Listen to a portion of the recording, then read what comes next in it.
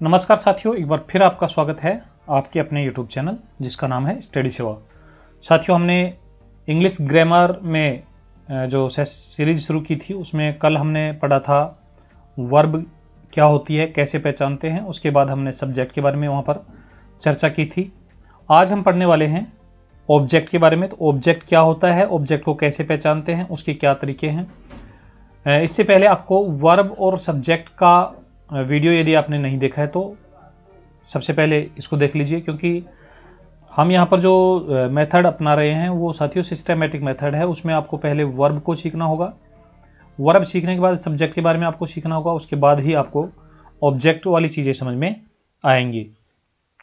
तो चलिए ऑब्जेक्ट को शुरू करते हैं और यहाँ पर हम देखते हैं कि किस प्रकार हम यहाँ पर सब्जेक्ट के बारे में पढ़े थे उसी प्रकार यहाँ पर हम ऑब्जेक्ट के बारे में भी पढ़ने वाले हैं। तो देख लेते हैं ऑब्जेक्ट का आज का हमारा जो सेशन रहेगा वो काफ़ी इंटरेस्टिंग होने वाला है। यहाँ पर सबसे पहले हम बात करेंगे ऑब्जेक्ट जो होता है साथियों, हिंदी में उसको कर्म बोलते हैं।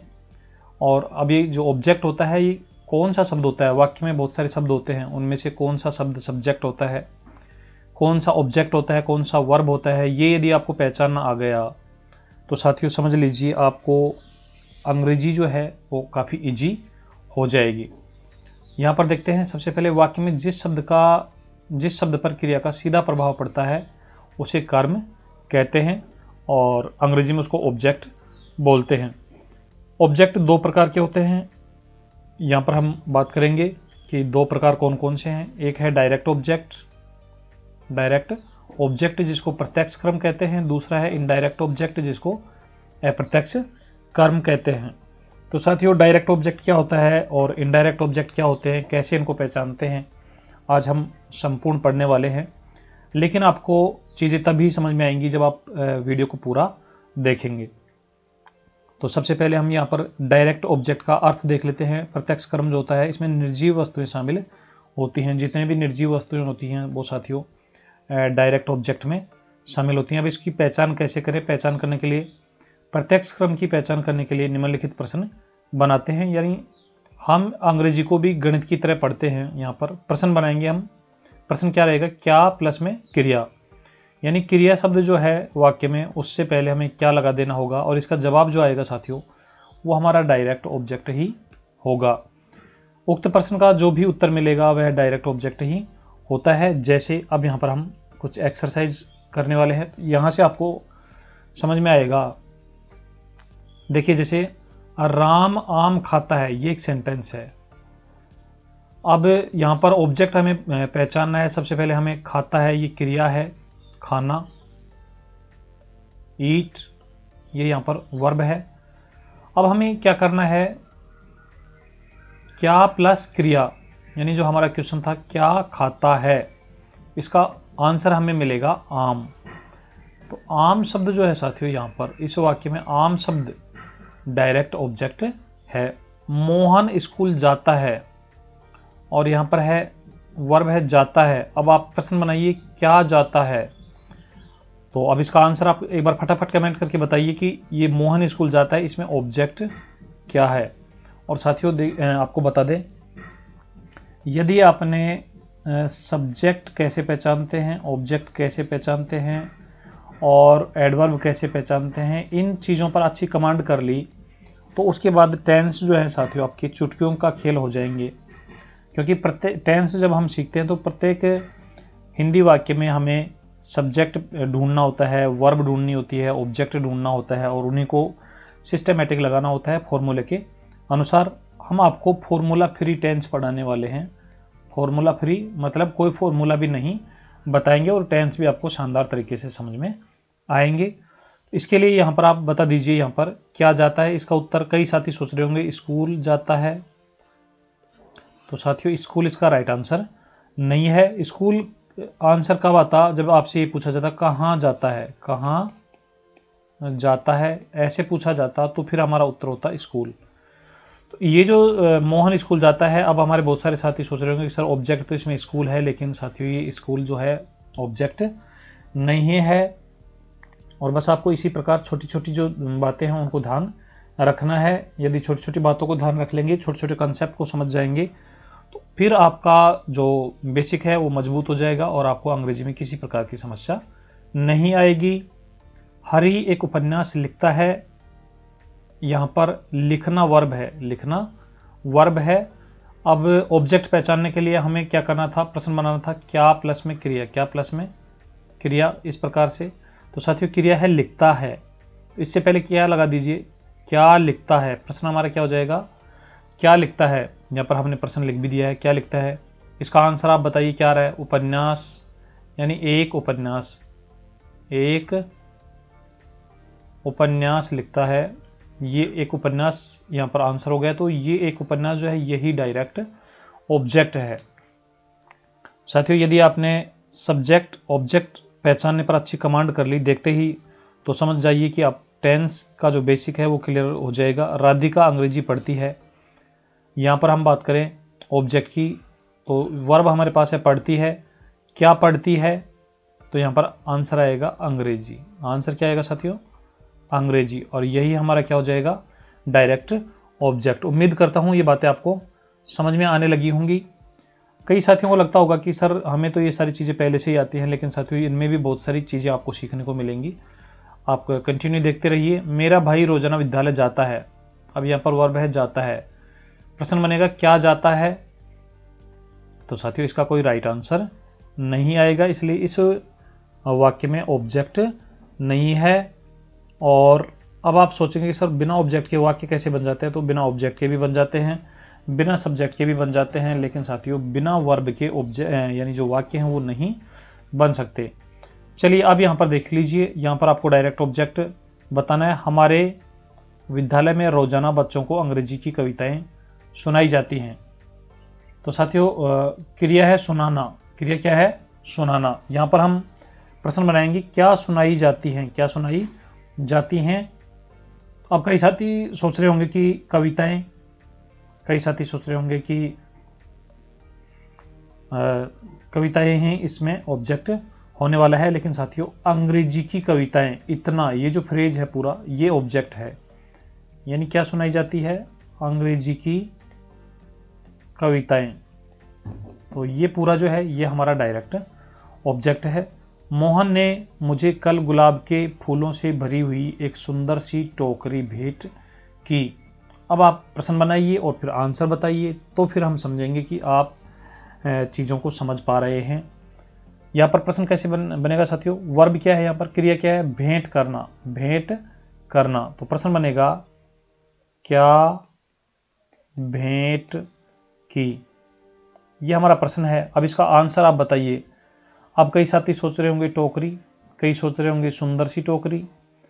तो साथियों इसका आंसर बनेगा गुलाब के फूलों से भरी हुई एक बहुत सुंदर सी टोकरी। ये इतना जो है ये पूरा ऑब्जेक्ट है साथियों, ये पूरा क्या है, ऑब्जेक्ट। सब्जेक्ट में भी आपने देखा था कि सब्जेक्ट जो है एक शब्द हो सकता है, एक वाक्यांश हो सकता है, और पूरा वाक्य भी सब्जेक्ट हो सकता है। इसी प्रकार ऑब्जेक्ट जो है एक सिंगल वर्ड हो सकता है, सिंगल वर्ड हो सकता है, फ्रेज हो सकता है, और साथियों काफ़ी लंबा पूरा जो फ्रेज है वो भी ऑब्जेक्ट हो सकता है, यानी एक पूरे वाक्य के बराबर भी हमारा ऑब्जेक्ट हो सकता है। तो यहाँ पर हमारा जो ऑब्जेक्ट होगा गुलाब के फूलों से भरी हुई एक सुंदर सी टोकरी, ये सारा ऑब्जेक्ट हो जाएगा। अब नेक्स्ट देख लीजिए, सीता ने अतिथियों के लिए, चलिए इसको इरेज कर लेते हैं थोड़ा सा, यहाँ पर जो एक्स्ट्रा चीज़ें लिखी गई हैं इनको थोड़ा सा हम मिटा लेते हैं। और साथियों इसी प्रकार आप देखते रहिए। यदि आप चैनल पर पहली बार आए हैं और यदि अभी तक आपने चैनल को सब्सक्राइब नहीं किया तो सब्सक्राइब कर लीजिए, बेल आइकन को भी प्रेस कर लीजिए, ताकि आने वाले जो वीडियोज़ हैं साथियों उनका नोटिफिकेशन आपको लगातार मिलता रहे। और हम इसी प्रकार के वीडियोज़ लेकर आते हैं जिनमें हम बेसिक जो बातें हैं उनको यहाँ पर क्लियर करते हैं। साथियों ये जो क्लास है ये क्लास हमारे 4th क्लास के बच्चों से लेकर और कॉम्पिटिटिव एग्जाम्स के जो स्टूडेंट्स हैं उन सभी के लिए समान रूप से उपयोगी है।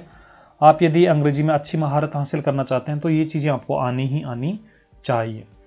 अब हम देखते हैं, सीता ने अतिथियों के लिए बहुत ही स्वादिष्ट व्यंजन बनाए। वर्ब यहाँ पर है बनाए।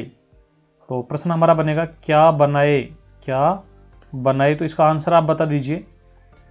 बहुत ही स्वादिष्ट व्यंजन, ये पूरा हो जाएगा साथियों ऑब्जेक्ट, और ये होगा डायरेक्ट ऑब्जेक्ट। तो उम्मीद करता हूं ये बातें आपको समझ में आई होंगी। ये तो था हमारा डायरेक्ट ऑब्जेक्ट। अब हम बात करते हैं इनडायरेक्ट ऑब्जेक्ट की।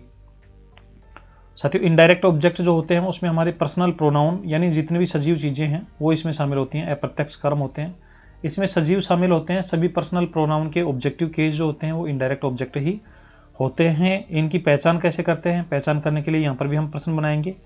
यहाँ पर जो प्रश्न होगा किसको प्लस में क्रिया, यानी डायरेक्ट ऑब्जेक्ट के लिए हम जो प्रश्न बनाते थे, डायरेक्ट ऑब्जेक्ट के लिए जो प्रश्न बनाते थे वो था क्या प्लस में क्रिया, यानी क्या का आंसर जो आएगा वो तो डायरेक्ट ऑब्जेक्ट होगा, और किसको का जो उत्तर आएगा साथियों, किसको का जो आंसर मिलेगा आपको वो हमारा इनडायरेक्ट ऑब्जेक्ट होने वाला है। इसी प्रकार कौन, इसका जो आंसर मिलता है वो साथियों सब्जेक्ट होता है। तो बस आपको थोड़ा सा यहाँ पर ध्यान रखना है, उसके बाद आप सब्जेक्ट ऑब्जेक्ट के बारे में बहुत अच्छी समझ आपकी विकसित हो जाएगी। चलते हैं अब हम यहाँ पर प्रश्न बनाएंगे। प्रश्न बनाने के बाद इसका जो उत्तर आएगा वही हमारा इनडायरेक्ट ऑब्जेक्ट होगा। तो देख लेते हैं, कुछ तैयार हो जाइए फटाफट आंसर देने के लिए। राम ने मोहन को एक पत्र लिखा। राम ने मोहन को एक पत्र लिखा। साथियों यहाँ पर वर्ब क्या है? वर्ब सबसे जरूरी है, वर्ब है लिखना, लिखा। अब यदि हम डायरेक्ट ऑब्जेक्ट की बात करें तो हम पहचानेंगे क्या लिखा, और क्या लिखा का आंसर क्या आएगा साथियों? एक पत्र। तो ये तो हो गया हमारा डायरेक्ट ऑब्जेक्ट। लेकिन हम बात कर रहे हैं इनडायरेक्ट ऑब्जेक्ट की। तो इनडायरेक्ट ऑब्जेक्ट में क्वेश्चन कैसे बनाते हैं? किसको प्लस में क्रिया, किसको लिखा। तो अब आप आंसर बताइए। आंसर आएगा इसका मोहन को। तो मोहन यहाँ पर आ जाएगा आंसर मोहन, और मोहन ही क्या हो जाएगा साथियों? Indirect object. उम्मीद करता हूं आपको समझ में आ रहा होगा। अभी हम जो वाक्य होंगे उनमें सब्जेक्ट ऑब्जेक्ट सब ढूंढने वाले हैं एक ही साथ। हमारे कक्षा अध्यापक जी ने हमें एक रोचक कहानी सुनाई। साथियों वर्ब यहां पर है सुनाना। प्रश्न कैसे बनाएंगे?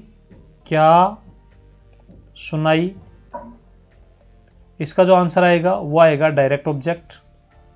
क्या सुनाई तो इसमें आ जाएगा एक रोचक कहानी। तो ये तो हमारा हो गया डायरेक्ट ऑब्जेक्ट। दूसरा हमारा है किसको सुनाई, किसको सुनाई। तो साथियों किसको वाले का जो आंसर आता है वो होता है इनडायरेक्ट ऑब्जेक्ट। तो किसको सुनाई? हमें। तो हमें शब्द जो है साथियों ये हो जाएगा हमारा इनडायरेक्ट ऑब्जेक्ट।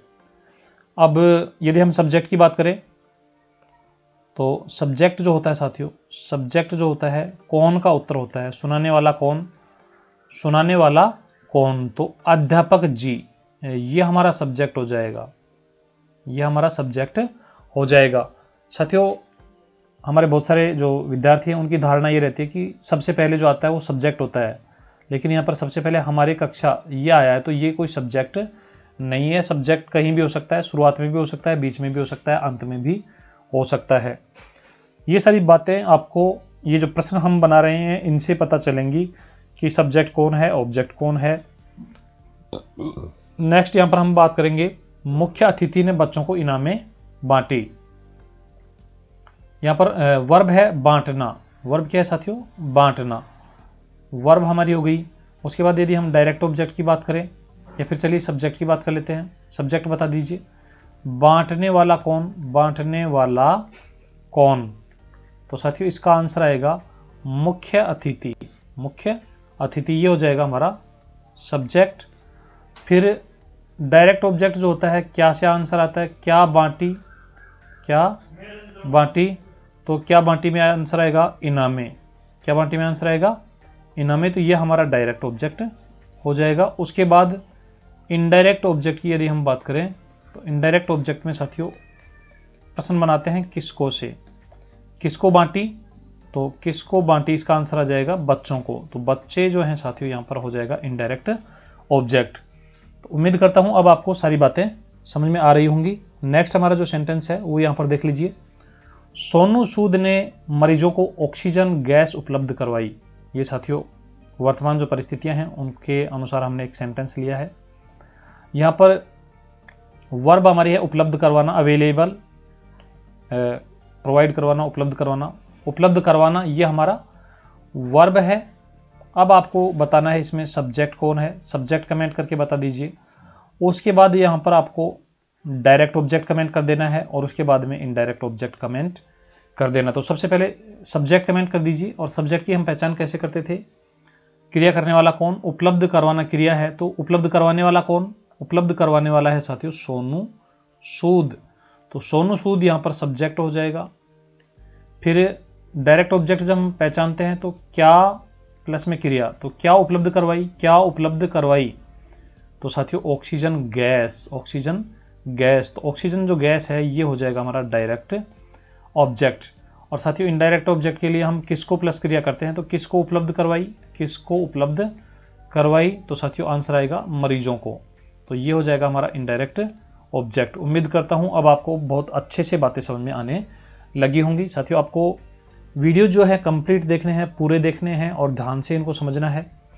यदि आप ध्यान से समझ लेते हैं तो उसके बाद फिर आपका सब्जेक्ट वर्ब ऑब्जेक्ट वाला जो कॉन्सेप्ट है ये निश्चित रूप से ही क्लियर हो जाएगा।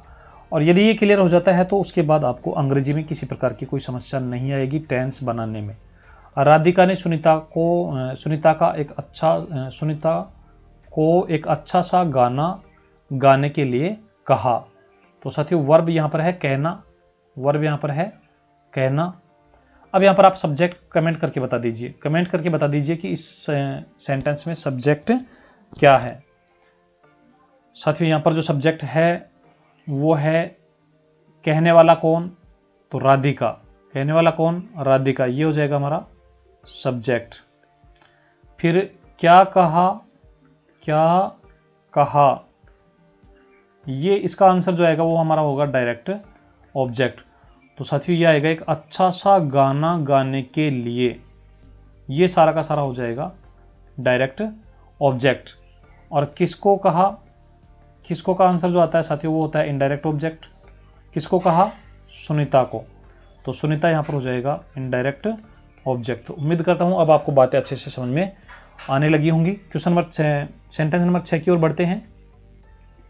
राम ने मुझे एक पेन भेंट किया था, राम ने मुझे एक पेन भेंट किया था। भेंट, भेंट करना यहाँ पर वर्ब है। भेंट करने वाला कौन, राम, ये हमारा सब्जेक्ट है। क्या भेंट किया, इसका आंसर आता है डायरेक्ट ऑब्जेक्ट। तो एक पेन, ये हमारा डायरेक्ट ऑब्जेक्ट हो जाएगा। किसको भेंट किया, तो साथियों किसको का आंसर जो होता है वो होता है इनडायरेक्ट ऑब्जेक्ट। तो मुझे, तो ये हो जाएगा हमारा इनडायरेक्ट ऑब्जेक्ट। अब आपकी बारी है, आप कमेंट करके बताएंगे। तमन्ना ने चिराग के लिए एक कप चाय बनाई। तो साथियों वर्ब है चाय, यानी वर्ब है बनाना। वर्ब क्या है, बनाना। बनाने वाला कौन, तमन्ना। तो ये इस सेंटेंस का क्या हो गया, सब्जेक्ट। क्या बनाई, इसका आंसर जो आएगा वो होगा डायरेक्ट ऑब्जेक्ट। क्या बनाई, एक कप चाय, तो ये यहाँ पर डायरेक्ट ऑब्जेक्ट हो गया। किसको बनाई, किसके लिए, तो चिराग के लिए, तो ये हो जाएगा हमारा इनडायरेक्ट ऑब्जेक्ट। उम्मीद करता हूं अब आपको बातें समझ में आई होंगी। तो साथियों ये था आज के लिए हमारा सेशन जिसमें हमने अभी तक चर्चा की है वर्ब क्या होती है, वर्ब क्या होती है, सब्जेक्ट क्या होता है, कैसे पहचानते हैं, फिर ऑब्जेक्ट क्या होता है, कितने प्रकार के होते हैं, उनको कैसे पहचानते हैं। अब आप शॉर्ट में याद रखिए कि क्रिया करने वाला जो शब्द होता है, यानी जिस शब्द से किसी काम के करने या होने का पता चलता है वो वर्ब होती है। सब्जेक्ट को कैसे पहचानते हैं, कौन से सब्जेक्ट को पहचानते हैं, कौन, क्रिया करने वाला कौन। ऑब्जेक्ट जो होते हैं साथियों दो प्रकार के होते हैं, एक होता है डायरेक्ट ऑब्जेक्ट, एक होता है इनडायरेक्ट ऑब्जेक्ट। डायरेक्ट ऑब्जेक्ट को हम पहचानते हैं क्या प्लस क्रिया से, क्या प्लस में क्रिया से, यानी वाट का आंसर जो आएगा ये हमारा डायरेक्ट ऑब्जेक्ट होगा। और हुज, हुज का आंसर जो आएगा यानी किसको प्लस क्रिया, किसको प्लस में क्रिया, इसका जो आंसर आएगा साथियों ये हमारा होगा इनडायरेक्ट ऑब्जेक्ट। डायरेक्ट ऑब्जेक्ट में निर्जीव चीजें होती हैं और इनडायरेक्ट ऑब्जेक्ट में सजीव चीजें होती हैं, ये थोड़ा सा ध्यान रखना है। अब एक बार कमेंट करके बता दीजिए आपको ये सेशन कैसा लग रहा है। और साथियों यदि आप वास्तव में ही अंग्रेजी सीखना चाहते हैं, चाहे आप किसी भी स्टैंडर्ड के हों, हो सकता है आप 4th स्टैंडर्ड के हों, हो सकता है आप 10th स्टैंडर्ड के हों, या आप 12th स्टैंडर्ड के हों या फिर आप कॉम्पिटिटिव एग्जाम्स की तैयारी कर रहे हों, सभी के लिए ये जो क्लास है बहुत महत्वपूर्ण होने वाली है, इम्पोर्टेंट होने वाली है। क्योंकि साथियों हमारे जो अधिकांश साथी हैं वो चीज़ों को रटते हैं, समझते नहीं हैं। यदि आपने बेसिक कंसेप्ट जो हैं वो समझ लिए तो उसके बाद आपको टेंस बहुत अच्छे से समझ में आएंगे।